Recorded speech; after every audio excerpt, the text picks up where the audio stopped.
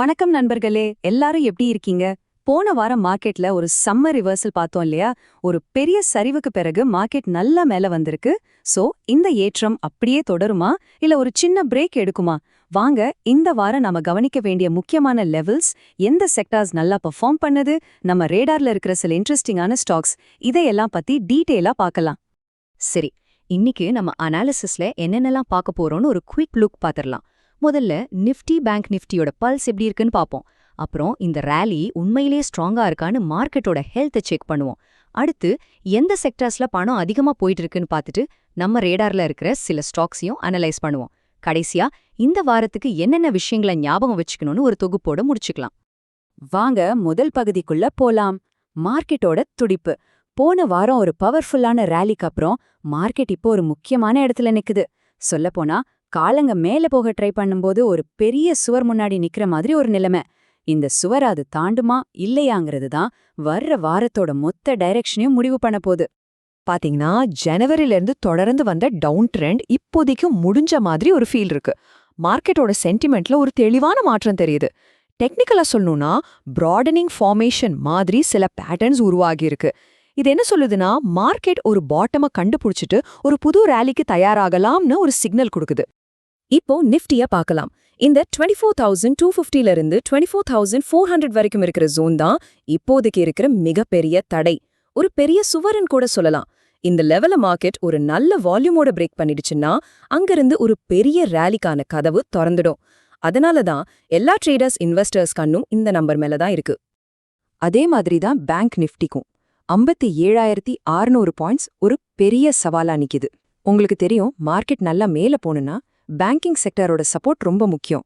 அதனால bank Nifty இந்த தடைய தாண்டறது ரொம்ப ரொம்ப அவசியமான ஒண்ணு. ஓகே, இப்போ இண்டெக்ஸ் நம்பர்ஸை மட்டும் பார்க்காம கொஞ்சம் உள்ள போய் பார்ப்போம். இந்த ரேலி உண்மையிலே எவ்ளோ ஹெல்த்தியா இருக்கு, மார்க்கெட்டோட இன்டர்னல் ஸ்ட்ரென்த் எப்படி இருக்குன்னு இப்ப அனலைஸ் பண்ணலாம். இங்க பாருங்க, ஒரு ஆச்சரியமான விஷயம். நிஃப்டி 50 ஸ்டாக்ஸ்ல இப்போ 90% ஸ்டாக்ஸ் புல்லிஷ் மோட்ல இருக்கு. யோசிச்சு பாருங்க, 90%. இது எது காட்டுதுன்னா மார்க்கெட்டை ஏதோ 1-2 பெரிய ஸ்டாக்ஸ் மட்டும் இழுத்துட்டு போகல, மொத்த மார்க்கெட்டே சேர்ந்து மேல வருது. இது ஒரு ரொம்ப ரொம்ப பாசிட்டிவான அறிகுறி. ஆனா இதுல ஒரு சின்ன எச்சரிக்கையும் இருக்கு. 90%ங்கிறது ரொம்ப அதிகமான ஒரு நம்பர். டெக்னிக்கலா இது ஓவர் பாட் கண்டிஷன்னு சொல்லுவோம். அதாவது தேவைக்கு அதிகமா வாங்கப்பட்டிருக்கு. அதனால மார்க்கெட் இங்கிருந்து இன்னும் ஒரு பெரிய ஜம்ப் அடிக்கிறதுக்கு முன்னாடி கொஞ்ச நேரம் ஒரே இடத்துல நின்னு ரெஸ்ட் எடுத்தாலோ இல்ல ஒரு சின்னதா கரெக்ஷன் வந்தாலோ அது உண்மையிலே ஒரு நல்ல ஹெல்தியான விஷயமா தான் இருக்கும். அது மட்டும் இல்லாம மத்த மேக்ரோ இண்டிகேட்டர்ஸும் இந்த ஏற்றத்துக்கு சப்போர்ட் பண்ணுது. கோல்ட், பாண்ட்ஸ் மாதிரி மத்த அசெட் கிளாஸை விட ஈக்விட்டி நல்லா பெர்ஃபார்ம் பண்ணுது. முக்கியமா மார்க்கெட்டோட பயத்தை காட்டுற இந்தியா VIX 26% சரிஞ்சிருக்கு. இது இன்வெஸ்டர்ஸ் மத்தியில பயம் குறைஞ்சிருக்குன்னு காட்டுது. இப்போ நம்ம கேட்க வேண்டிய முக்கியமான கேள்வி, இந்த பணம் எல்லாம் எந்த செக்டார்ஸ்க்கு போகுது, எந்த துறைகள் இந்த ரேலிய முன்னாடி நின்னு நடத்துது?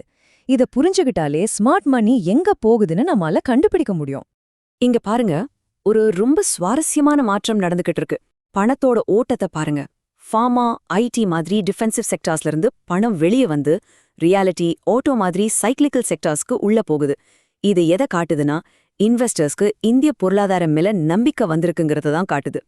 குறிப்பா கேபிட்டல் மார்க்கெட்ஸ், அதாவது கேபிட்டல் குட்ஸ், அப்புறம் ரியாலிட்டி செக்டர்ஸ் ஆல் டைம் ஹைய தொடுறது ஒரு பெரிய பாசிட்டிவ் சைன். ஏன்னா இந்த 2 செக்டர்ஸும் ஒரு நாட்டோட வளர்ச்சியோட நேரடியா சம்பந்தப்பட்டது. சோ இங்க ரேலி நடக்குதுன்னா அது ஒட்டுமொத்த எக்கானமி மேல இருக்கிற நம்பிக்கையை காட்டுது.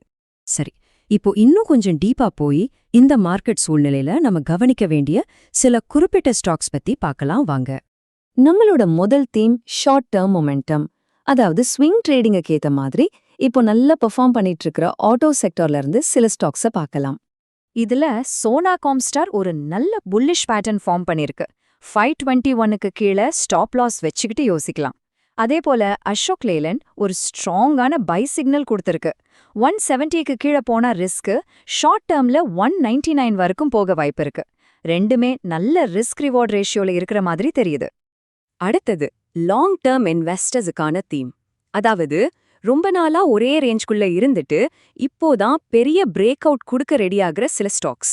VTL, IGL, CGCL மாதிரி ஸ்டாக்ஸ் இந்த கேட்டகரியில வருது. இதுங்க பல மாசமா ஏன் சில சமயம் வருஷ கணக்குல கூட ஒரே ரேஞ்சுக்குள்ள சுத்திட்டு இருந்துட்டு இப்போதான் அந்த கூட்டை உடைச்சுக்கிட்டு வெளியே வருது. இந்த பிரேக் அவுட் மட்டும் தாக்கு பிடிச்சு நின்னுடுச்சுன்னா அடுத்த கட்ட வளர்ச்சி ரொம்பவே பெருசா இருக்க வாய்ப்பிருக்கு. நம்மளோட மூணாவது ரொம்பவே இன்ட்ரெஸ்டிங்கான தீம் ஐபிஓக்கு அப்புறம் பயங்கரமா சரிஞ்சு இப்போ ஒரு பெரிய ரிவர்சலுக்கான அறிகுறிகளை காட்டுற ஸ்டாக்ஸ். டெலிவரி, ஈத்தர் இண்டஸ்ட்ரீஸ் இது ரெண்டும் இதுக்கு ஒரு நல்ல உதாரணம். ரெண்டுமே ஐபிஓக்கு அப்புறம் பயங்கரமா அடி வாங்கிட்டு இப்போ ஒரு கம்பேக் கொடுக்க ரெடி ஆகுற மாதிரி டெக்னிக்கல் சார்ட்ஸ்ல தெரியுது. டெலிவரியில ஒரு inverse head and shoulders pattern உருவாகுது. 490க்கு மேல போனா அது கன்ஃபார்ம் ஆகும். ஈதர் இண்டஸ்ட்ரீஸ் ஏற்கனவே ரிவர்ஸ் ஆகி அதோட ஆல் டைம் ஹைய நெருங்கிட்டு இருக்கு. சோ இந்த கம்பேக் ஸ்டோரிஸையும் நம்ம கவனிக்கணும். ஓகே, இதுவரைக்கும் பார்த்த எல்லாத்தையும் வச்சு இந்த வர்த்தக வாரத்துக்கு நம்ம எடுத்துட்டு போக வேண்டிய முக்கியமான டேக்அவேஸ் என்னென்னு பார்க்கலாம். ஓகே, இந்த வாரத்துக்கான நம்ம கேம் பிளான் என்ன? முதல்ல ட்ரெண்ட் புல்லிஷா தான் இருக்கு, ஆனா ஒரு பெரிய ரெசிஸ்டன்ஸ்ல நிக்குதுங்கிறத மறக்காதீங்க. ரெண்டாவது, மார்க்கெட் ஓவராலா ஸ்ட்ராங்கா இருந்தாலும் கொஞ்சம் ஓவர் பாட் கண்டிஷன்ல இருக்கு. அதனால புதுசா பெரிய பொசிஷன் எடுக்க அவசரப்பட வேண்டாம். கேபிட்டல் மார்க்கெட்ஸ், ரியாலிட்டி, ஆட்டோ மாதிரி லீடிங் செக்டர்ஸ் எப்படி போகுதுன்னு க்ளோஸா வாட்ச் பண்ணுங்க. மார்க்கெட் அந்த ரெசிஸ்டன்ஸை உடைக்குதா இல்ல அங்க நின்னு கன்சால்டேட் ஆகுதான்னு பார்த்துட்டு அதுக்கப்புறம் நம்ம அடுத்த மூவ முடிவு பண்ணலாம். கடைசியா இந்த வாரம் முழுக்க நம்ம மனசுல இருக்க போற கேள்வி இதுதான். புல்ஸ் இப்ப கண்ட்ரோல்ல இருந்தாலும் முன்னாடி நிக்கிற இந்த பெரிய தடைய தாண்டுற அளவுக்கு அவங்க கிட்ட சக்தி இருக்கா? பொறுத்திருந்து பாப்போம். நம்ம அனாலிசிஸை முடிக்கிறதுக்கு முன்னாடி ஒரு முக்கியமான டிஸ்க்ளைமா. இங்க நான் ஷேர் பண்ணின எல்லா விஷயங்களும் எஜுகேஷனல் பர்பஸ்க்காக மட்டும்தான். நான் ஒரு செபி ரெஜிஸ்டர்ட் ரீசர்ச் அனாலிஸ்ட். ஆனா இது எந்த ஸ்டாக்கையும் வாங்கவோ விற்கவோ சொல்ற ரெக்கமெண்டேஷன் கிடையாது. எந்த ஒரு முதலீடு முடிவெடுக்கிறதுக்கு முன்னாடியும் உங்க ஃபைனான்ஷியல் அட்வைசர் கிட்ட கண்டிப்பா ஆலோசனை பண்ணுங்க. நன்றி.